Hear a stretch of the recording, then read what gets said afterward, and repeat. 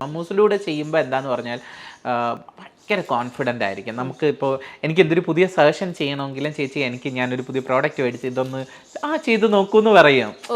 അങ്ങനെ പോലും എന്താ പറയാ ആളാണെന്ന് എന്ത് പറയാം, അല്ലെങ്കിൽ ഞാൻ നിങ്ങളെല്ലാവരും എന്നിൽ പരീക്ഷിക്കുകയാണെന്ന് എപ്പോഴും പറയും.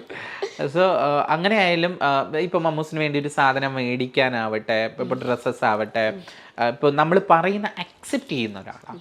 അതാണ് ഏറ്റവും ഒരു ആർട്ടിസ്റ്റിൽ നമുക്ക് വേണ്ട. ചേച്ചി ഇപ്പം എൻ്റെ അടുത്ത് ചോദിക്കും, സൂര്യ ഇത് മതിയോ? ഇപ്പം പലപ്പോഴും വരുന്നത് നീ ഉണ്ടെങ്കിൽ കണ്ണാടി വേണ്ടടി എന്ന് പറയും. അപ്പം ഞാൻ ഓക്കെ എന്ന് പറഞ്ഞാൽ ഓക്കെ ആണ് ആൾക്ക്. അപ്പം അങ്ങനെ നമ്മളെ അംഗീകരിക്കുന്നവർ ഇപ്പോൾ ഒരു ഇൻ്റർവ്യൂ നടക്കുമ്പോഴത്തേക്ക് എന്നെ നോക്കിയിട്ട് ഓക്കെ ആണോ എന്ന് ചോദിച്ചാൽ ഞാൻ ഡണ്ണെന്ന് പറഞ്ഞാൽ പിന്നെ കണ്ണാടി നോക്കണമെന്നോ എനിക്കത് വേണമെന്നോ ഒന്നും പറയില്ല. നമ്മൾ ഈ കണ്ണിൻ്റെ വെട്ടത്ത് ഇങ്ങനെ കണ്ടാൽ മതി ആൾക്ക്. അപ്പോൾ അത്ര നമ്മളിലൊരു എന്താ പറയുക നമ്പിക്കൈ വെക്കുന്ന എന്താ പറയുക വിശ്വാസത്തെ വെക്കുന്ന ഒരാളെന്നുള്ള രീതിയിൽ എനിക്ക് ഭയങ്കര ഈസിയാണ് വർക്ക് ചെയ്യാൻ. പിന്നെ ക്യാരവാനിൽ ചേച്ചി പാട്ട് പാടുന്ന ആളാണെന്ന് അറിയാലോ. ഈ ലോകത്ത് എൻ്റെ പാട്ട് അക്സെപ്റ്റ് ചെയ്യുന്ന ഒരേ ഒരാൾ എൻ്റെ ഹസ്ബൻഡ് പോലും പറഞ്ഞിട്ടുണ്ട്, തൊഴുതിട്ട് നീ പാടരുത് നീ ഇങ്ങനെ പറഞ്ഞിട്ടുണ്ട്. പലപ്പോഴും പാടുമ്പോൾ പട്ടി കൂടെ ഓരിയിടും. ആ രീതിയിലുള്ള പാട്ടാണ് ഞാൻ. പക്ഷെ എനിക്ക് എൻ്റെ ഉള്ളിലൊരു ഒരു ഹൃദയം ഉണ്ട്. അല്ലല്ല അയ്യോ അതൊന്നും ചോദിച്ചോളൂ, തീർന്നാലും പാടാൻ പറ്റൂല. പക്ഷെ അത് എൻ്റെ മാത്രം സ്വകാര്യതയാണ് പാട്ട് കേട്ടോ. പക്ഷെ അത് എനിക്ക് വെളിയിലെടുക്കാൻ നീ നന്നായിട്ട് പാടുന്നു എന്ന് പറഞ്ഞ ആദ്യത്തെ ആള് മമത ചേച്ചി. അതുകൊണ്ടല്ലേ അപ്പം നമ്മുടെ ക്യാരവാനിൽ എപ്പോഴും പാട്ടും എപ്പോഴും ചേച്ചി പാട്ട് പാടും വിത്ത് മ്യൂസിക് ഓർക്കസ്ട്ര മൊത്തം ചേച്ചി തന്നെ പാടും. അതങ്ങനെയാണ്. അപ്പോൾ അങ്ങനെ എൻജോയ് ചെയ്തേക്കും. പലപ്പോഴും പല ആർട്ടിസ്റ്റുകളും ഇപ്പോൾ വിജയ് സേതുപതി സാറാകട്ടെ അങ്ങനെയുള്ള പല ആർട്ടിസ്റ്റുകളും മെയിൻ ആർട്ടിസ്റ്റുകൾ ചോദിക്കും മമത അവരെ ഇങ്ങനെ എനിക്ക് തരുമോ? എപ്പോഴും ഹാപ്പി ആയിട്ടിരിക്കും. നമ്മളെപ്പോഴും ജോളി ആയിട്ട് ക്യാരവാനിലെ പാട്ടും ഡാൻസും ഞങ്ങൾ ഡാൻസ് ചെയ്യും. അങ്ങനെയൊക്കെ എപ്പോഴും സംസാരിക്കും, പല വിഷയങ്ങളെക്കുറിച്ച് സംസാരിക്കും. അങ്ങനെ ഭയങ്കര കംഫർട്ടബിൾ. എനിക്ക് ഇപ്പോൾ ഒരു ആർട്ടിസ്റ്റിന് ഉപരി ചേച്ചി ഒരു നല്ല ഹ്യൂമൻ ബീനാണ്.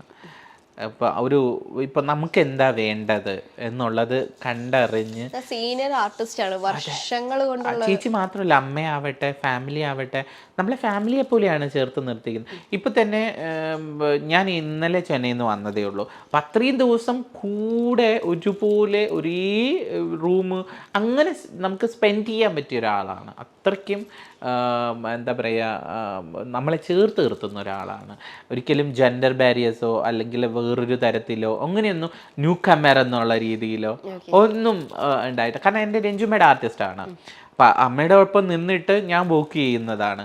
അപ്പോൾ അത് നമുക്ക് പറഞ്ഞ് മനസ്സിലാക്കാം എനിക്ക് ഇതിന് ഇങ്ങനെ മതി അല്ലെങ്കിൽ ഇത് മതിയോടി എന്ന് നമ്മളോട് സജഷൻ ചോദിക്കുന്ന നല്ലൊരു ആർട്ടിസ്റ്റ്. വർക്ക് ചെയ്ത ആർട്ടിസ്റ്റുകളെല്ലാം കംഫർട്ടബിൾ ആണ്, ഇല്ലെങ്കിൽ നമ്മൾ കംഫർട്ടബിൾ ആക്കും. അത് വേറൊരു കാര്യമാണ്, നമ്മുടെ സ്പേസും കൂടി അല്ല അത്. അപ്പോൾ പക്ഷെ കൂടുതൽ നമ്മളിലേക്ക് ഇപ്പോൾ എന്താ ഭയങ്കരമായിട്ടും എന്താ നമ്മളെ ടെൻഷൻ അടുപ്പിക്കാതെ വർക്ക് ചെയ്യാൻ പറ്റും, ഈസി ആയിട്ട് വർക്ക് ചെയ്യാൻ പറ്റും. ഇപ്പോൾ തന്നെ നമ്മൾ ഈ പ്രൊമോഷൻ വർക്കിന് പോയപ്പോൾ എല്ലാവരും വന്നിട്ട് അഭിപ്രായം പറയുമ്പോൾ എന്തോ ഇരിക്കുന്ന അവിടെ പറയൂ എന്നിങ്ങനെ പറയും. സോ അത്രയ്ക്കും സപ്പോർട്ടീവ് ആയിട്ടുള്ള ഒരാളാണ്. നമുക്ക് കുറച്ചു നേരം സംസാരിച്ചാൽ നമുക്ക് തന്നെ മനസ്സിലാവും ശരിക്കും ഒരു നിലപാടുള്ള ഒരു വ്യക്തിയും കൂടിയാണ് മമത. നമുക്ക് ഒരുപാട് പഠിക്കാനുണ്ട് മമ്മൂസിൻ്റെ കയ്യിൽ നിന്ന്.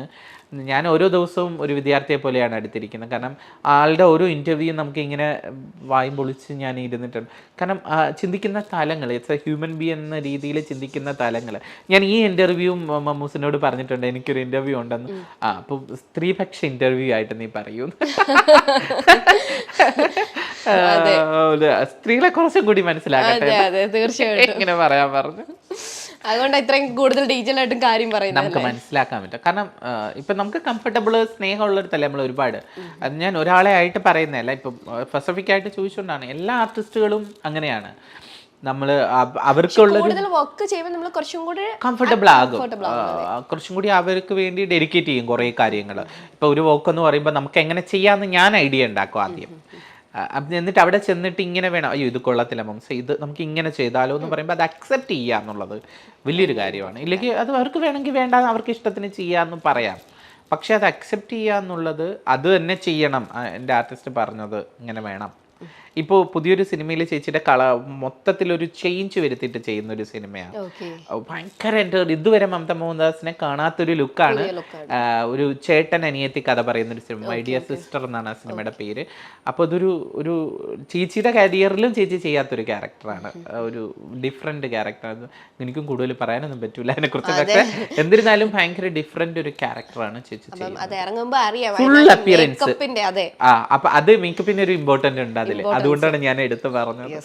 അപ്പൊ അത് ആ മൂവി ഇറങ്ങി കഴിയുമ്പോൾ ഞാൻ വേറൊരു തീർച്ചയായിട്ടും വരണം. മേക്കപ്പിനെ പറ്റി മാത്രം നമുക്ക് അല്ല, അത് മാത്രം ചേച്ചിയോടൊപ്പം ഇരുന്ന് പറയണമെന്ന് എനിക്ക് ആഗ്രഹമുണ്ട്. പറ്റിയാൽ അങ്ങനെ തന്നെ ഇരുന്ന് സംസാരിക്കാം.